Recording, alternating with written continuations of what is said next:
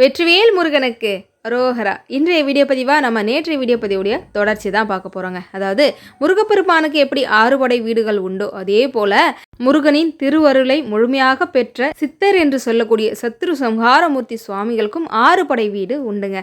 அதாவது சத்ரு சம்ஹாரமூர்த்தி என்றால் என்ன தெரியுமா? சத்ரு என்றால் தீயவர்கள், அதாவது நம் மீது ஒரு தீய பார்வை பார்ப்பதாக இருந்தாலும் சரி, போட்டி பொறாமை, பில்லி சூனியம்னு இது போல் நம்ம பல இடங்களில் நம்ம மாட்டி தவிக்கிறோம், கஷ்டப்படுறோம் அப்படின் போது சத்குரு ஐயாவை நம்ம வழிபாடு செய்யும் போது நிச்சயமாக நமக்கு இது போன்ற தொந்தரவுலேருந்து நம்ம மீண்டு வரலான்றதுக்கும் சாட்சியாக தான் ஸ்ரீ சத்குரு சம்ஹாரமூர்த்தி, அதாவது சத்ருகளை சம்ஹாரம் செய்யக்கூடிய ஒரு மூர்த்தியாக ஐயா விளங்குறாரு. இவ்வளவு சிறப்பு மிக்க நம்ம குருவை பார்க்கறதுக்கு பெரிய வாய்ப்பாக சகோதரிக்கு கிடைச்சிருக்கு. சரி, இப்போ நாம் ஐயாவுக்கு 6 படை வீடுகள் உண்டுன்னு நான் சொன்னாலே அதெல்லாம் நம்ம தெரிஞ்சுக்கலாமா? முருகன் என்றாலே நமக்கு 6 படை தலை வீடுகள் தான் நான் மனசில் நிற்கும் இல்லையா? அதே போல் சித்தருக்கும் 6 படை வீடு இருக்குன்றது ரொம்ப ரொம்ப புதுமையாகவும் ரொம்ப சந்தோஷமாகவுமே இருந்ததுங்க எனக்கு. இது உங்களுக்கும் இதுதான் முதல் முறையாக தெரிஞ்சுக்கிறீங்க அப்படின்னா கமெண்ட் பண்ணுங்கள். ஐயாவுடைய முதல் படை வீடாக விளங்கக்கூடியது வாகைப்பட்டி. அங்கே தான் அவர் ஐயா பிறந்து வளர்ந்தது. இரண்டாவதாக தான்றீஸ்வரம், அங்கே லிங்கமானதை பிரதிஷ்டை செய்து ஐயா வழிபாடு செய்திருக்காரு. 3ஆம் படை வீடாக குடுமியான் மலை, இங்கே ஐயா தியானம் செய்ததாகவும் சொல்லப்படுகிறதுங்க. 4வது படை வீடாக திருச்சி நீதிமன்ற வளாகம், ரொம்ப சிறப்பு வாய்ந்த இடங்க, இதை பற்றி நான் கண்டிப்பாக சொல்கிறேன். 5வதாக விராலிமலை, 6வதாக தான் திருச்செந்தூரில் ஜீவசமாதி அடைந்திருக்கிறாரு சத்குரு சம்ஹாரமூர்த்தி சுவாமிகள். இவர் வாழ்ந்த காலங்களில் நிறைய அற்புத அதிசயங்கள் இவர் நாடி வரவங்களுக்கு செய்திருக்காரு. அதே போலதான் லட்சுமி சகோதரியுமே தான் குழந்தைக்காக வேணி மடியேந்தி ஐயாவிடம் போயிருக்காங்க. நிச்சயமா உன்னோட குழந்தைக்கு உயிர் பிச்சை கொடுப்பாரு, எல்லா நோயும் குணமாகும் அப்படின்றதையும் சொல்றாரு. அதோட சேர்த்து இன்னும் ஒரு விஷயத்தையும் சொல்றாரு. என்னன்னா, அந்த கோவில் இப்போ வாரந்தோறும் குருவுக்கான பூஜைகள் நடக்கும், நிறைய பக்தர்கள் வருவாங்க, அன்னதானம் வழங்கப்படும் இல்லையா? நீ அங்கே அந்த கோவிலுக்கு போய் உன்னால் முடிஞ்ச உழவார பணியை செய்யி அன்னதானம் எல்லாரும் சாப்பிட்டது போனதுக்கப்புறம் அந்த எச்சில இருக்குல்ல அந்த இலையெல்லாம் நீ எடுமா, உன்னால் முடிஞ்சது உடல் உழைப்பா நீ அந்த சித்தருக்கான காணிக்கையா நினைச்சு நீ கொடு, நிச்சயமா ஏதாவது ஒரு வழி பிறக்கும் அப்படின்னு அவர் சொல்றாரு. இதெல்லாம் கேட்கும்போது மனசுக்குள்ளே ஒரு தெம்பு வந்துருச்சு. நிச்சயமாக நம்மளோட குழந்தைக்கு அங்கே போனால் ஒரு வழி பிறக்குன்ற நம்பிக்கை வருது. இப்போது இந்த சாப்பிட்டுட்டு எச்சில் எடுக்கிறதுலாம் பெரிய விஷயமா நினைக்கல, தாராளமாக எடுத்துடலாம். ஆனால் முதல்ல இதெல்லாம் செய்யணும்னா ஒரு தயக்கம் மனசுக்குள்ளே இருக்கும். என்ன பண்ணுறது எதுன்னு உங்களுக்கு புரியல. வீட்டில் போய் அவங்க சொல்கிறாங்க, கணவர்கிட்ட சொல்கிறாங்க, இந்த மாதிரி இந்த இடத்துக்கு போகலாம், நம்மளால் முடிஞ்சது அங்கே சேவை செய்ய சொல்கிறாங்க, நம்ம பண்ணலாமா அப்படின்னா ஒரு நிமிஷம் கூட தயக்கமே இல்லாமல் நான் என்னோட பிள்ளைக்காக நான் செய்ய போகிறேன், தாராளமாக நான் செய்கிறேன் அப்படின்னு குடும்பத்தோட இவங்களோட அம்மாவும் இதில் வராங்க. இவங்க என்ன பண்ணால் குழந்தைய கூட்டிகிட்டு குடும்பத்தோட அங்கே போகிறாங்க. துறையூரில் இருக்கக்கூடிய ஐயாவோட ஜீவசமாதியான அந்த இடத்துக்கு போகிறாங்க. அந்த வியாழக்கிழமை என்று போய் பார்க்குறாங்க. கண்ணீர் மல்க மடியேந்தி பிச்சை கேட்குறாங்க, தன் பிள்ளைக்கு உயிர் பிச்சை கொடுக்கணும் ஐயா அப்படின்னு மனசார வேண்டிக்கிட்டு அங்கே உழவார பணியாக எல்லாரும் சாப்பிட்டதுக்கப்புறம் அந்த எச்சிலை இது எல்லாமே இவங்க எடுத்திருக்காங்க. குடும்பத்தோடு செய்திருக்காங்க, ஒருத்தர்லாம் இல்லை, குடும்பத்தோடு செய்து. ஏன்னா எந்த ஒன்றுமே நம்ம நம்ம பிள்ளைக்காக நம்ம ஏதோ ஒரு நம்ம செய்த ஒரு கர்மவனையாக இருக்கலாம், அந்த குழந்தையோட கர்மவனையாக இருக்கலாம், ஏதோ ஒரு வகையில் பிறந்து இவ்வளோ கஷ்டப்படுது, மூச்சு விழுத்து கூட சிரமப்பட்டு இருக்கிற என் பிள்ளை நல்லபடியாக குணமாகி வந்தால் போதுன்னு எந்த தாயுமே நினைப்பா. அப்போ இதெல்லாம் ஒரு விஷயமாவே தெரியாது. அப்போ என்ன பண்ணா குடும்பத்தோட இந்த உழவார பணிகள் இது எல்லாமே செய்கிறாங்க. இதில் என்ன விஷயம்னா, குழந்தையோட ராசி மேச ராசி, பரணி நட்சத்திரம். ஐயா பிறந்ததுமே பரணி நட்சத்திரத்தில் தான் பிறந்திருக்காங்க.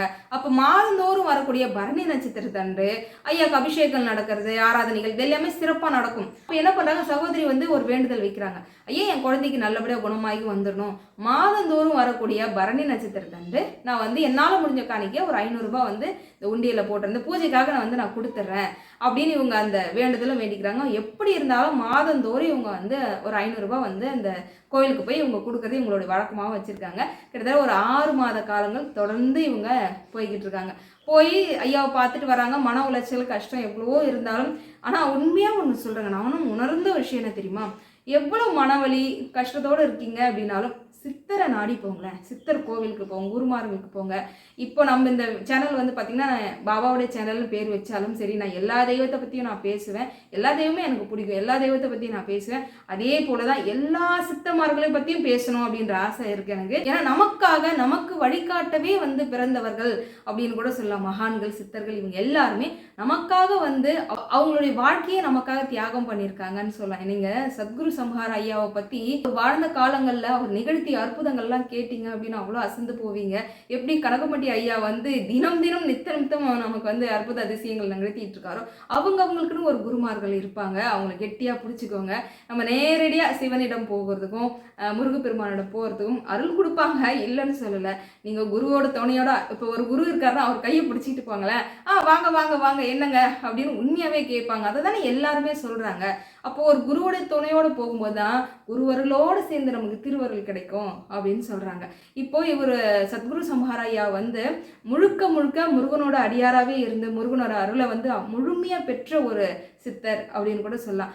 சகோதரியுமே முழுக்க அவரையே தஞ்சம்னு அடைஞ்சிட்டாங்க. இவங்களால முடிஞ்சது என்னவோ அந்த பூஜைக்காக உண்டானதும் கொடுத்துட்டு இருக்காங்க. கோவிலுக்கும் மாதந்தோறும் இவங்க வந்து பார்த்துக்கிட்டு இருக்காங்க.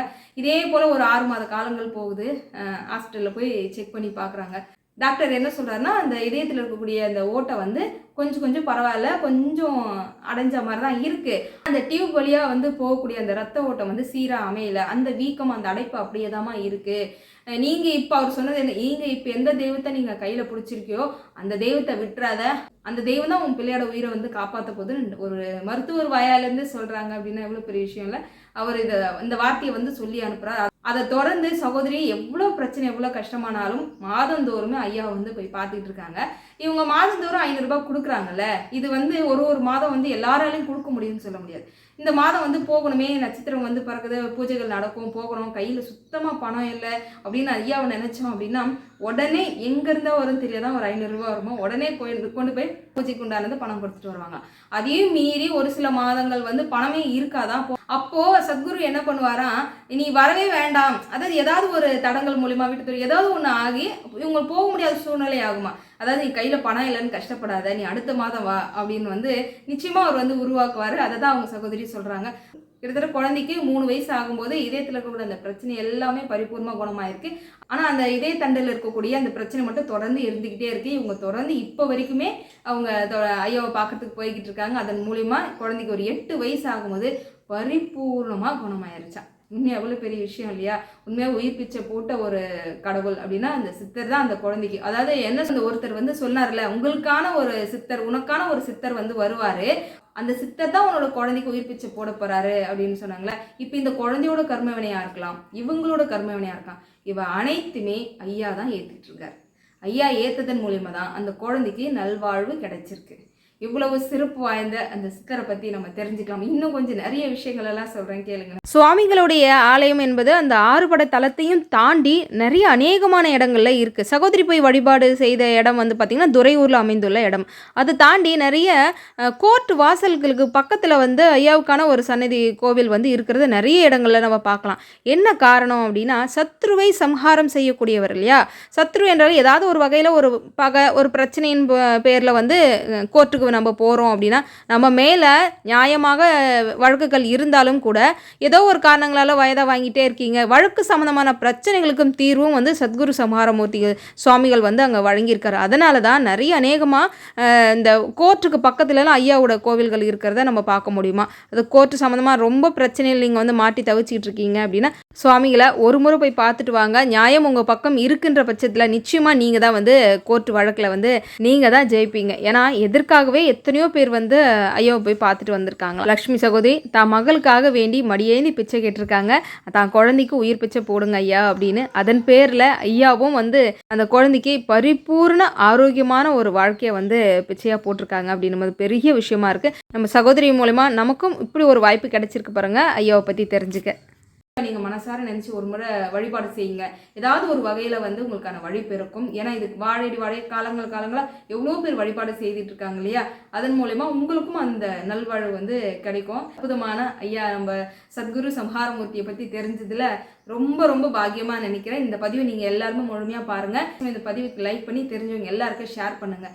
எல்லாரும் தெரிஞ்சுக்கிட்டோம். அதோட நான் இந்த சித்தரை வழிபாடு செய்திருக்கேன், நான் தொடர்ந்து கோயிலுக்கு போயிருக்கேன், அவரோட அருள் வந்து எனக்கு நிறைய கிடைச்சிருக்குன்னு நினைக்கிறவங்க கண்டிப்பாக கமெண்ட் பாக்ஸில் சொல்லுங்கன்றதையும் நான் வந்து அன்போடு தெரிவிச்சுக்கிறேன். அடுத்த ஒரு அற்புதமான வீடியோ பதிவில் வந்து நான் உங்களை சந்திக்கிறேன். வேல் வெற்றிவேல் சுற்றி வந்து நம்மை காக்கும் சுப்பிரமணிய வேல். சத்தியமாவது சரவணபவ. ஓம் சாய்ராம்.